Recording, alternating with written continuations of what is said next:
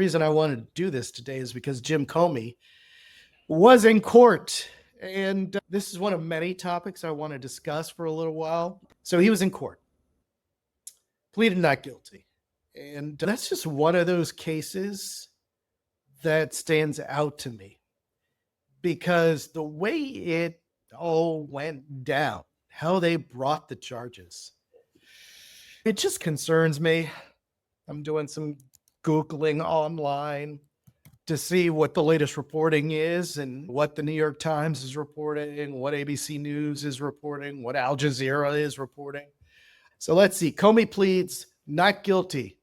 His defense attorneys are going to look at trying to get that case dismissed for vindictive prosecution. Let's talk about that.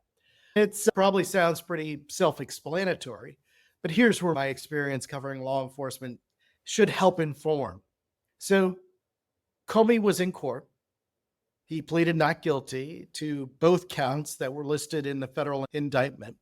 He is charged with one count of false statements, one count of obstruction of a congressional proceeding, and all of this is related to his testimony before the Senate Judiciary Committee in 2020. So that's the committee. That's where Pam Bondi was yesterday. Call me a liar? I didn't call you a liar. You just said I know the answer. I said I don't know the answer. Well, That very combative exchange with lawmakers. So Donald Trump has the government behind him. He has attacked news organizations. He's attacked his critics. He's using every lever of power that he can corrupt. And I use the word corrupt because there are systems in place, checks and balances in this country that are in place because this is not a monarchy. The founders wrote the Constitution so that this wouldn't be Britain ruled by a king or a queen. And that's why the Constitution spells out the different branches of government, each a check on the other. And that was by design. But what we're seeing now is those checks and balances have eroded. The Department of Justice historically has taken pains to isolate itself, to wall off the President of the United States. So there's no political pressure ever exerted on the Department of Justice, the Attorney General, the line assistant And that's U.S. attorneys unfortunate, to bring this especially case or when it not comes to to bring the law a certain case. and And how it appears cases in that this wall country has been are fully breached. prosecuted. And how government works. Because how government works has a real impact on how the judiciary system works, how prosecutors work, how the Supreme Court works.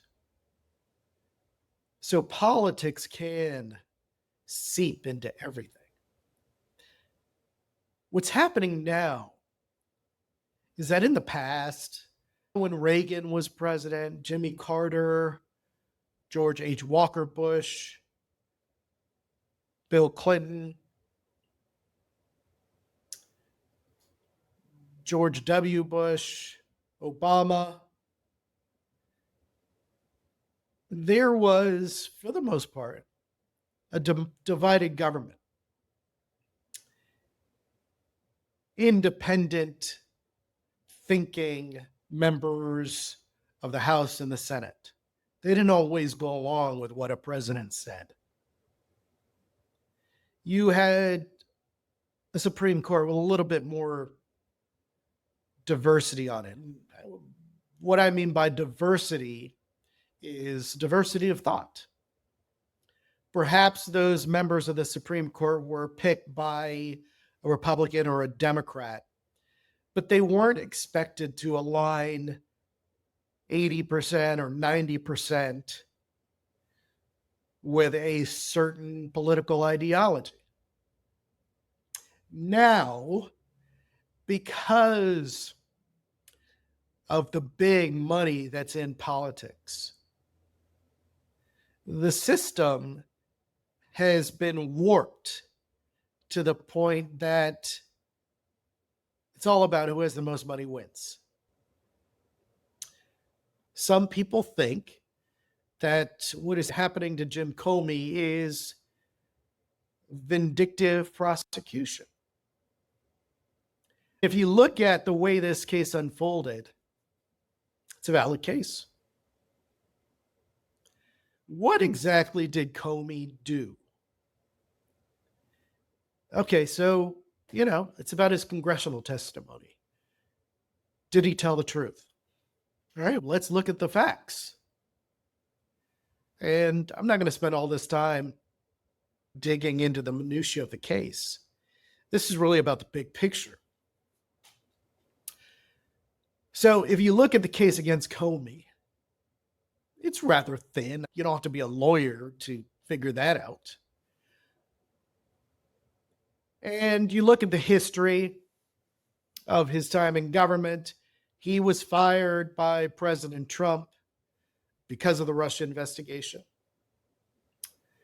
And Comey has made some statements since being fired that have not endeared himself anymore to President Trump. And then if you fast forward in the last couple of months, or really when President Trump got elected again, everybody was telling the public, hey, he's going to start coming after his perceived enemies, which is why Biden was handing out pardons to the people who had worked with him, people who may or may not be in the new president's sights. Some people took them, which was smart. Other people didn't, which doesn't look as smart right now, because President Trump is going after his enemies. My family and I have known for years that there are costs to standing up to Donald Trump, but we couldn't imagine ourselves living any other way. We will not live on our knees, and you shouldn't either. Somebody that I love dearly recently said that fear is the tool of a tyrant, and she's right. But I'm not afraid, and I hope you're not either. I hope instead you are engaged, you are paying attention, and you will vote like your beloved country depends upon it, which it does.